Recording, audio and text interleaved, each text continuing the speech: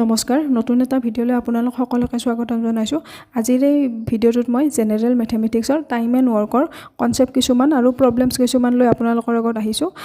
ছ' date আপোনালোকৰ ADRE grade 3 পৰীক্ষাত সহায়ক হ'ব।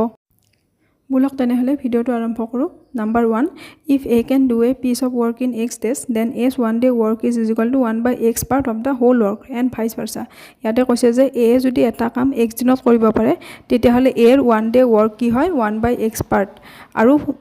আৰু যদি এইটো যদি দিয়া থাকে যে A এদিনত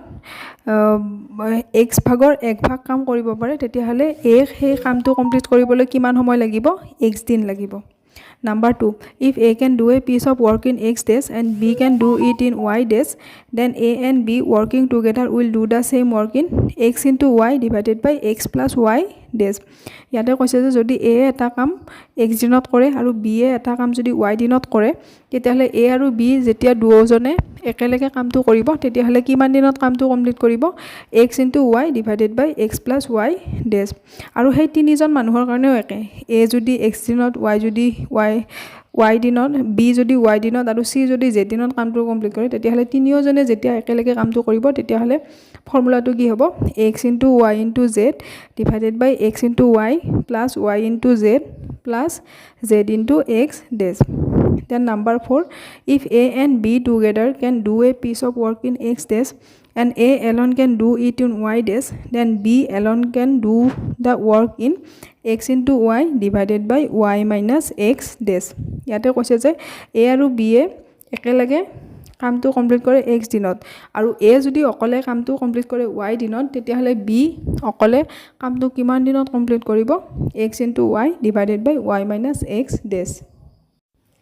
Next, number 5, if A working alone takes X days more than A and B together and B working alone takes Y days more than A and B working together, then the number of days taken by A and B working together is given by root over X into Y days। এইটো কৈছে যে যেতিয়া A আৰু B একেলগে কামটো কৰিব সেই কামটো কৰোঁতে যিমান দিন ল'ব তাতকৈ X দিন বেছিকৈ ল'ব যেতিয়া A অকলে কামটো কৰে, ঠিক তেনেকৈ Y দিন বেছিকৈ ল'ব যেতিয়া B অকলে কামটো কৰে। গতিকে আমাক এইটো দিছে যে A আৰু B যেতিয়া একেলগে কামটো কৰিব তেতিয়াহ'লে কিমান দিন সময় ল'ব root over X into Y days। Next, number 6, A and B can do a work in X and Y days respectively. They started the work together, but A left A days before completion of the work. Then time taken to finish the work is Y into X plus A divided by X plus Y days। এইটো কৈছে যে A X দিন সময় লয় আৰু B এটা কাম কৰোঁতে Y দিন সময় লয় আৰু যেতিয়া তেওঁলোকে দুয়োগৰাকীয়ে একেলগে কামটো কৰিব আৰম্ভ কৰিলে কিন্তু কি হ'ল কামটো শেষ নোহোৱাৰ A দিন আগতে A কামটোৰ পৰা গুচি গ'ল তেতিয়াহ'লে সেই গোটেই কামটো ফিনিছ কৰিবলৈ কিমান সময় লাগিব Y into X plus A divided by X plus Y days। Next, number 7, if N men or M women can do a piece of work in X days, then N men and M women together can finish the work in N into M into X divided by N into M plus M into N days। ইয়াতে কৈছে যে N number of men or M number of women can do a piece of work in X days, X দিনত কামটো কৰিব পাৰে তেতিয়াহ'লে N number of men আৰু M number of women দুয়োটা লগাই পেলাই সেই কামটো কিমান দিনত কমপ্লিট কৰিব পাৰিব সেইটো হৈছে N into M into X divided by N into M plus M into N days। Next, number 8, if M1 persons can do W1 works in D1 days and M2 persons can do W2 works in D2 days, then M1 into D1 divided by W1 is equal to M2 into D2 divided by W2 or M1 D1 W2 is equal to M2 D2 W1। এইটো direct formula. Next, number 9, efficiency into time is equal to কি হয় ৱৰ্কৰ মানটো কি হয় efficiency into time. ইয়াৰে এটা shortcut আছে আমি প্ৰব্লেমছ কৰিলে গম পাম। যদি A এটা কাম D1 দিনত কৰে আৰু B যদি এটা কাম D2 দিনত কৰে মানে Day 1 Day 2 তেতিয়াহ'লে সেই D1 আৰু D2ৰ যেতিয়া আমি LCM ল'ম সেইটো হ'ব আমাৰ টোটেল ৱৰ্ক আৰু যিহেতু এফিচিয়েঞ্চিটো আমি কেনেকৈ পাম এফিচিয়েঞ্চি ইজ ইকুৱেল টু কি হ'ব ৱৰ্ক বাই টাইম ছ' total work divided by D1 is equal to কি হ'ব এফিচিয়েঞ্চি অফ A আৰু total work divided by D2 হ'ব এফিচিয়েঞ্চি অফ 2 এইটো আমি প্ৰবলেম কৰিলে আমি গম পাম Next number 10 if A is thrice as good as workman as B then ratio of work done by A and B is equal to 3:1 then ratio of time taken by A and B to finish a work is equal to 1:3 যিমানে efficient হ'ব সিমানে কম time লাগিব এইটো হৈছে vice versa 3:1 হলে efficiency তেতিয়া হলে time কি হ'ব time taken by A and B হ'ব 1:3 এতিয়া আমি কেইটামান প্ৰবলেম সলভ কৰিম number 1 if Roger can do a piece of work in 8 days and Anthony can complete the same work in 5 days in how many days will both of them together complete it ইয়াতে আমি direct formula ব্যৱহাৰ কৰিব পাৰো formula number 2 মই অলপতে discuss কৰা formula number 2 ৰে আমি ডাইৰেক্ট কৰিব পাৰো A কামটো কমপ্লিট কৰে x দিনত যেতিয়া আৰু B কামটো কমপ্লিট কৰে y দিনত তেতিয়া হলে A আৰু B working together can complete the work in x into y divided by x plus y days ইয়াতে A 8 দিনত কৰে B 5 দিনত কৰে তেতিয়া হলে A plus B working together will do the same work in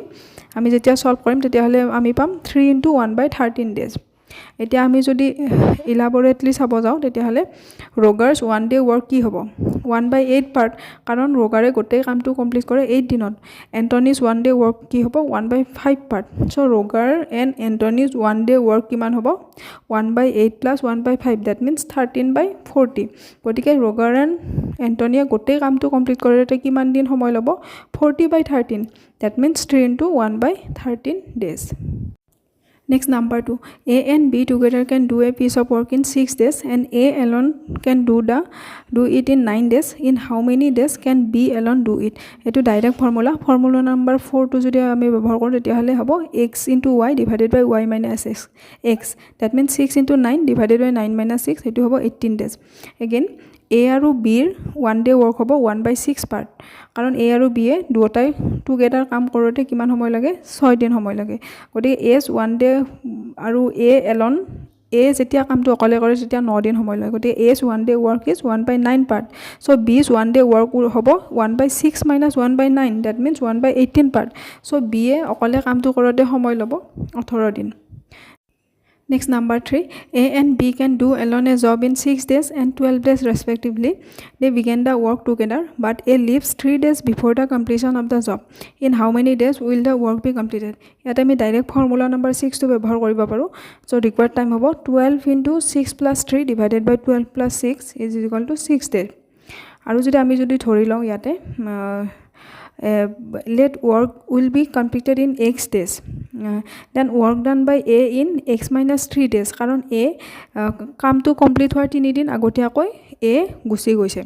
so work done by A in x minus 3 days plus work done by B in x days is equal to কি হ'ব 1 হ'ব so x minus 3 divided by 6 plus x by 12 is equal to 1 that means x is equal to 6 days so required time হ'ব 6 দিন Next number 4 10 men can finish a piece of work in 10 days whereas it takes 12 women to finish it in 10 days মানে 10 জন মানুহে এটা কাম complete কৰে 10 দিনত আৰু ইফালে সেই একেটা কাম 10 দিনত কমপ্লিট কৰিবলৈ মহিলাৰ সংখ্যা লাগে 12 গৰাকী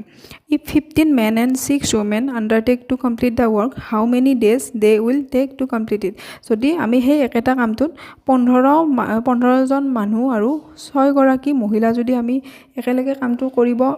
লগাই দিও তেতিয়া হলে কিমান দিন সময় লাগিব হেতু হদিছে ইয়াতে ডাইৰেক্ট ফৰ্মুলা নাম্বাৰ 7 টো ব্যৱহাৰ কৰিব পাৰো n into m into x divided by n into m plus m into n হেতু কৰিলে আমি কিমান দিন পাও 5 দিন again আমি চাব পাৰো ইয়াতে 10 men is equal to 12 women কাৰণ 10 জন মানুহে কামটো কৰোতে 10 দিন সময় লয় আৰু 12 গৰাকী মহিলাই কামটো কমপ্লিট কৰোতে 10 দিনে সময় লয় গতিকে 10 men is equal to কিমান হ'ব 12 women or 5 men is equal to 6 women কাৰণ হে একে দিন সময় লয় গতিকে 15 men plus 6 women is equal to 15 men তো আমি কেনেকৈ লিখিব পাৰো 3 into 5 men কাৰণ 5 menৰ ঠাইত মই কি লিখিম 6 women লিখিম গতিকে 15 men plus 6 women is equal to কিমান হ'ব 3 into 6 18 women plus 6 women that is 24 women আৰু ইয়াতে কৈছে যে 12 গৰাকী মহিলাই কামটো ফিনিশ কৰোতে কিমান দিন সময় লয় 10 দিন সময় লয় সো 24 গৰাকী মহিলাই কামটো কৰিবলৈ কিমান সময় লাগিব মানে 24 গৰাকী মহিলা মানে কি হ'ব 15 men plus 6 women is equal to আমি কিমান লৈছো 24 women পাইছো গতিকে 12 গৰাকী মহিলাই দিয়া আছে যে কামটো কমপ্লিট কৰোতে 10 দিন সময় লয় সো 24 গৰাকী মহিলাই কামটো কমপ্লিট কৰোতে কিমান দিন সময় ল'ব 5 দিন সময় ল'ব Next number 5 A and B undertake to do a piece of work for rupees 600 A alone can do it in 6 days while B alone can do it in 8 days with the help of C they finish it in 3 days find the share of each etu ekabare easy A is 1 day work hobo 1/6 B is 1 day work hobo 1/8 aru tiniojon A B C mili bela kam to complete kore 3 dinot gotike C is 1 day work hobo 1/3 minus 1/6 plus 1/8 that is 1/24 so A is to B is to C hobo 1/6 is to 1/8 is to 1/24 that is 4 is to 3 is to 1 so A CR hobo iman 300 B CR 225 aru C CR hobo 75 etu ekebare easy next number 6 A and B can do a piece of work in 9 days B and C can do it in 12 days and A and C can do it in 18 days in how many days will A B and C finish it working together yate dia ase A plus B is 1 day work hobo 1/9 B plus C is 1 day work hobo 1/12 A plus C is 1 day work hobo 1/18 aru jeti ami tinota jog korim tetia hale ami ki pam twice of A plus B plus C is equal to 1/4 so A plus B plus C is 1 day work hobo 1/8 thus A B and C together can finish the work in 8 days next number 7 A is twice as good as workman as B and together they finish a piece of work in 18 days in how many days will A alone finish the work yate A is to B dia ase 2:1 mane work efficiency to dia ase that is A's 1 day work is to B's 1 day work is equal to 2:1 aru dia ase je A aru B e duotai log lagi kaam to koribo pare 18 dinot gotike A aru B er 1 day work hobo 1/18 aru etia ami 1/18